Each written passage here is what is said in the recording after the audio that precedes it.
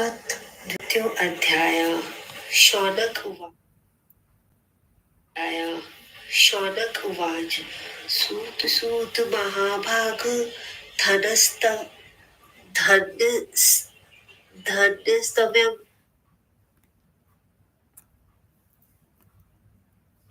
धन्यस्तव्यं परमार्थवित् अद्वितीयं कथा दिव्या श्राविता कृपाहीनः अघोघ विद्धिमंस्करी मनः शुद्धि विद्यायनी शिव संतोष जननी कथयं न ऋतुआद्वात् एत कथा समानं न भुवि किंचित् परं निश्चयेति विज्ञातम् स्ममाभिः कृपत्वा के विशुद्ध्यन तन्ने कथ्या पापिनो कला वद तानुकृपया सूत कृतार्थ भुवनं कुरु सूतुवाच ये मानवा पापकृतो दुराचारार्थखलः कामदिनरत्या नित्यमे त्यापि शुद्ध्यन्तदेवे ज्ञानयज्ञ परो अयं वे भुक्ति मुक्ति प्रदा सदा शोधना सर्व पापानं शिव संतोष कारका त्रिशाकुला सत्यहीना पितृमातृ विदूषिका दाम्भिका हिंसा ये च तेऽपि शुद्ध्यतनेन मे स्व स्वर्णाश्रम धर्मसभ्यो वर्जिता मत्सरामनिता ज्ञान संपुनति कलावपि छल अछल करा ये चेये च कुरु सुदुर्दिया ज्ञान तेन संपुनन्ति कलावपि ब्रह्मा स्वष्टपृष्ठस्ततं व्याभचरद्रक्ष्ये ज्ञानतेनानन् सम्पुनता कलावपि सदा पापरर्ताये च ये षटाक्षदुराश्रया ज्ञानतेन न सम्पुनन्त कलावपि मलिना दुर्ध्योषा आशान्ता देवता द्रव्यभोजिना ज्ञानतेन न सम्पुनत कलावपि पुरास्तस्य पुण्य सनमहापदाकाशनं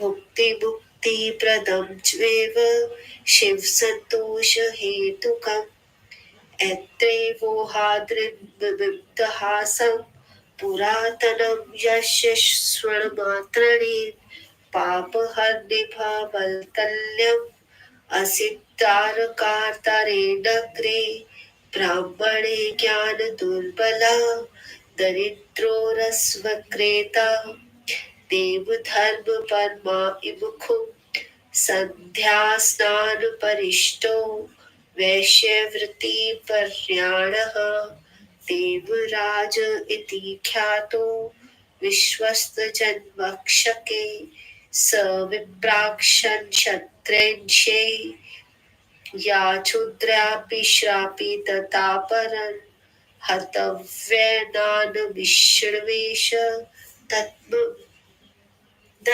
पारहता अर्धमर्दूतिवादिनी पश्चान्तेन जिर्ताननी वे नाधर्मया धनं तस्य स्वलभ्यपि पापिनः एकदज्ञकलातागे स सनातुं यातो महिसुर वैश्यां शोभावती नाम दृष्टवं तत्र दिव्यहले स्ववक्षधिगण्यविप्रज्ञात्वा हर्षाथ सुन्दरी वरदालोपन्तचिन्त्यं प्रीतिमतः समजायत स्त्रियं कर्तुसितामेनं पति कुर्तु च स तथा एवं कामवशी भूत्वा बहुकूल विजहत आसने शयने पाने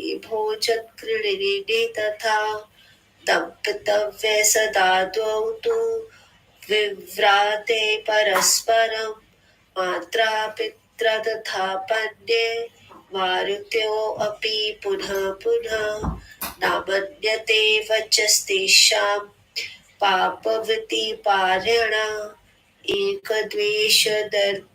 द्वेषरविषाद्वात्रे मातरं पितरं वधू प्रसप्त्यनवधिदृष्टो धन्ते शान्तः खरत् आदिनं धनं यज्ञपित्रादीनं तथा धनं वैश्ये तत्यवानर्सवे काम तदं गतमानस सोक्षा भक्ष पापी मदिरापालन लालसा एकपात्रे सदा भोक्षेत् स्वस्यो ब्रह्मणाधम कदा विच्यगेन प्रतिष्ठमुपागत शिवालयं त्वदर्शसो तत्र सुधूजानवर्तं स्थित्वा तत्र तच्च विप्रो असो ज्वरेण प्रीतिपीडत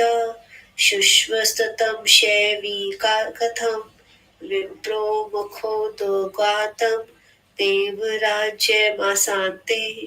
ज्वरणे पीडितो मृत मृत्यो वम्भटे पाशनृत्यो यंपुरं बलात् तावीक्षगणः शुभस्त्रीश्लूषणया भस्मभस्तवर्ण्यात् रुद्राक्षते विग्रह शिवलोकगाथ समागतस्य कुद्रयंपुरी ययुः ताडित्वा तु ततस्तवृज्यत्यव पुनः पुनः देवराजम समोदन्य विमाने परमाद्भुते उपवेश यदा दूत कैलासं गन्तुमुस्तकः तदा यंपुरी मध्यम महाकोलाहलो भवतः धर्मराजस्तुत्वं श्रुत्वा स्वलयेन्द्रे हरमागता दृष्टार्थं चतुरोद्वतान् साक्षादुर्दनिवारापना पूज्यामास धर्मज्ञो धर्मराजो यथाविधि ज्ञानं चक्षु सर्ववृत्तान्त ज्ञात्वा मान्यं न भार्यात् पृष्टवान् किञ्चिद्भेदलोभो महात्मनः पूजित प्रथस्तते केले वे कैलासमार्गस्तदा ददुष्व सम्भवाहे त्वं दया वरिष्ये धान्य शिवपुराणस्य कथा परं पवनी यस्य श्रवणमात्रेण पापिन्यपि मुक्तिसागः सदाशिवमहास्थानं परं धाम परं पदं यदो अहं हर्षोद्विध्वंस सर्वलोकपरो स्थितः ब्रह्मा क्षत्रिय वैश्य शूद्रः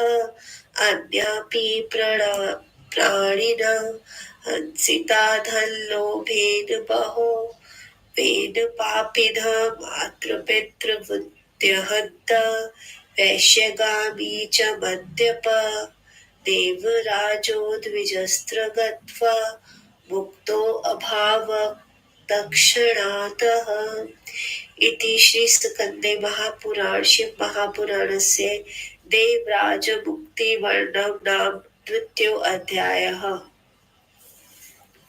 व्याख्या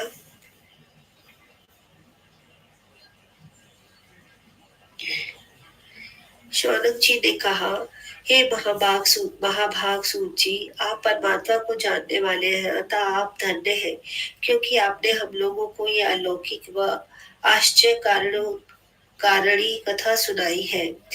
हमने यह जो आश्य कारणी कथा सुनी है, यह पाप समूह का विनाश करने वाली है, मन को शुद्ध करने वाली है तथा भगवान शिव जी को संतुष्ट कराने वाली है। इस कथा के समान भूलोक में कुछ भी नहीं है, ऐसा हमने निश्चय पूर्वक आपकी कृपा से जान लिया है। हे सूजी, इस कथा के सुनने मात्र से कलयुग में कौन कौन से पापी पुरुष पाप रहित हो जाते हैं, इस रहस्य को बतलाकर अपनी कृपा के संसार के प्राणियों को कृतार्थ कीजिए। सूजी ने कहा, जो मनुष्य सदैव पाप कर्मों को करते हैं, दुराचार में लगे रहते हैं, स्वभाव से दुष्ट होते हैं तथा काम आदि में तत्पर रहते हैं, वे भी इसकी कथा को सुनने से शुद्ध हो जाते हैं। शिव पुराण का पाठ करना या इसको सुनाना, ये दोनों ही ज्ञान यज्ञ है। इससे मनुष्य को इस जन्म के सुख भोगों की प्राप्ति होती है और मृत्यु के पश्चात मुक्ति लाभ होता है। इसका प्राणाय सभी प्रकार के पापों को नाश कर देता है और भगवान शिव को प्रसन्न करता है। तृष्णा से आजकल अर्थात लोभी, सत्य से हीन, माता पिता की निंदा करने वाले पाखंडी, प्राणियों की हिंसा करने वाले ऐसे लोग भी शिव पुराण को सुनने से शुद्ध हो जाते हैं। जो मनुष्य अपने वर्णाश्रम धर्म से रहित है अथवा जातिच्युत है, जो मत्सारी है, ऐसे लोग भी शिव पुराण के पारायण रूपी ज्ञान यज्ञ से इस कलयुग में भी पवित्र हो जाते हैं। जो मनुष्य छल कपट करने वाला होता है और क्रूर स्वभाव का होता है, वे भी इस ज्ञान यज्ञ के कलयुग में पवित्र हो जाते हैं। जो ब्राह्मणों को धन अपहरण करके अपने शरीर का पोषण करते हैं, जो निरंतर विभाजन में लगे रहते हैं, वे भी इस कलयुग में शिव पुराण श्रवण रूपी ज्ञान यज्ञ से पवित्र हो जाते हैं।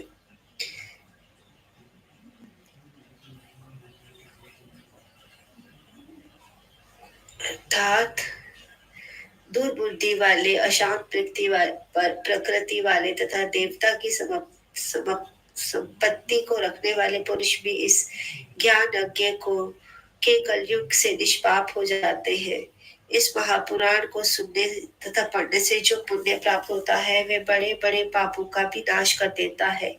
यह इस लोक में सुख भोग को देकर अंत में मुक्ति को प्रदान करता है और शिव जी को प्रसन्न करता है। इस प्रसंग से एक प्राचीन ऐतिहासिक कथा कही जा रही है, जिसके सुनने मात्र से संपूर्ण महापापों का विनाश हो जाता है। किरात नगर में एक अशिक्षित ब्राह्मण रहता था। वह दरिद्र था, रस आदि बेचकर अपनी आजीविका करता था और प्रसिद्ध श्रवण, देव दर्शन आदि धार्मिक कार्यों को नहीं करता था। वह स्नान, संध्या आदि सत्कर्मों को भी नहीं करता था। वैश्यवृत्ति में सदैव लगा रहता था। देवराय नाम से प्रसिद्ध वह ब्राह्मण आदि धार्मिक कार्यों को नहीं करता था। वह स्नान, संध्या आदि वह देवराज प्रतिदिन ब्राह्मण, क्षत्रिय, वैश्य, शूद्र आदि प्राणियों को मार पीट कर अनेक प्रकार के बहाने करके उनका धन छीन लेता। इस प्रकार कुछ समय के बाद उस अधर्म चरण से बहुत सा धन धान्य उसने इकट्ठा कर लिया, किंतु उसमें से थोड़ा सा भी धन उस पापी ने धर्म कार्य में नहीं लगाया। एक बार वह ब्राह्मण एक तालाब में स्नान करने के लिए गया। वहां शोभावती नामक वेश्या को देखकर वह कामजनक पीड़ा से अत्यंत व्याकुल हो गया। उस धनवान ब्राह्मण को अपने वश में हुआ जानकर वह सुंदरी अत्यंत प्रसन्न हुई। वार्तालाप करने से उसका मन भी प्रसन्न हो गया। देवराज उसे अपनी स्त्री बना लेना चाह रहा था और वह सुंदरी को उसे अपने पति बना लेना चाह रही थी। इस प्रकार वे दोनों कामदेव के विषुभूत होकर बहुत समय तक विहार करते रहे। उठने बैठने में, सोने में, खाने पीने में, विविध प्रकार की क्रीड़ाओं से वे दोनों परस्पर स्त्री पुरुष की भांति सदैव व्यवहार करने लगे। दुराचार में लगे हुए इस देवराज को माता पिता तथा उसकी पत्नी ने बार बार रोकना चाहा, किंतु उसने उनके उपदेशों को स्वीकार नहीं किया। एक दिन उसने ईर्ष्या के कारण रात में सोए हुए माता पिता तथा स्त्री को मारकर उनका धन भी ले लिया। अपने माता पिता आदि का संपूर्ण धन उस दुराचारी तथा काम वासना करने के इच्छुक में पापी निजी ब्राह्मण उस वेश्या के साथ एक ही पात्र में भोजन करता था। किसी समय देवयोग से यह पापी प्रतिष्ठान नामक नगर में पहुंचा। वहां उसने साधु जनों के घिरे हुए शिवालय को देखा। वह उस शिव मंदिर में पहुंचकर ब्राह्मण जो ज्वार रोग से अत्यंत पीड़ित हो गया, अतः वह वहीं रहने लगा। वहां वह प्रतिदिन ब्राह्मण द्वारा कही गई शिव कथा को सुनने लगा। इस प्रकार कथा सुनते सुनते वह देवराज ज्वर रोग से पीड़ित हो 1 महीने में मर गया। यमदूत उसे बांधकर बलपूर्वक यमराज से की नगरी में ले गए। जब वह सफेद वस्त्र धारण हुए, हाथों में त्रिशूल लिए हुए, संपूर्ण शरीर में भस्म रमाए और रुद्राक्ष धारण किए हुए शिवगण शिवलोक में से आकर देवराज की शवों से उसके घर ना पाकर नाराज होकर यमलोक में चले गए। बार बार यम के दूतों ने डांट कर तथा उन्हें मारकर देवराज को उनके बंधन से छुड़ाकर परम आश्चर्यजनक विमान में बिठाकर वे शिवदूत कैलाश को ले जाने के तत्पर हो गए। उस समय यमलोक के अत्यंत कोलाहल होने लगा। धर्मराज उस समाचार को सुनकर अपने घर से बाहर निकले। तदंतर उन चार दूतों को साक्षात दूसरे रुद्रों के भांति देखकर धर्मराज ने विधि पूर्वक उनकी पूजा की। यमराज ने ज्ञान चक्षुओं से देखकर उस समाचार को जान लिया, किंतु उन्होंने इस समाचार के संबंध में भयवश शिव के दूतों को कुछ नहीं पूछा। यमराज ने अपनी पूजा तथा प्रार्थना के तदंतर ये कैलाश की ओर चले गए। इस प्रकार उन शिव दूतों ने दया से समुद्र पार्वती सहित शिव जी को देवराज को सौंप दिया। वह शिव पुराण की कथा धन्य तथा परम पवित्र है, जिसके सुनने मात्र से पापी भी मुक्त हो जाता है। सदाशिव ही महास्थान परम धर्म तथा परम पद है, जिस स्थान के वेदों के ज्ञाता सब लोगों के ऊपर रहते हैं। जिस पापी के धन के लोग इस ब्राह्मण क्षत्रिय वैश्य शूद्र तथा अन्य प्राणियों को मार डाला और जिसने माता पिता तथा अपनी स्त्री को मार डाला, वह वैश्यागमन एवं मद्यपान करता था। वह देवराज ब्राह्मण भी उस शिवालय में जाकर क्षण भर में मुक्त हो गया। इस प्रकार परमेश्वर पंडित तारादत्त त्रिपाठी के पुत्र डॉक्टर महानंद त्रिपाठी द्वारा रचित शिवा टीका टिप्पणी आदि से संबंधित स्कंद महापुराण अंतर्गत शिव पुराण मदस्य में देवराज मुक्ति वर्णन नामक दूसरा अध्याय समाप्त। ओम नमः शिवाय। शिव जी सदा सहाय। ओम नमः शिवाय। गुरु जी सदा सहाय। शुक्राना गुरु जी।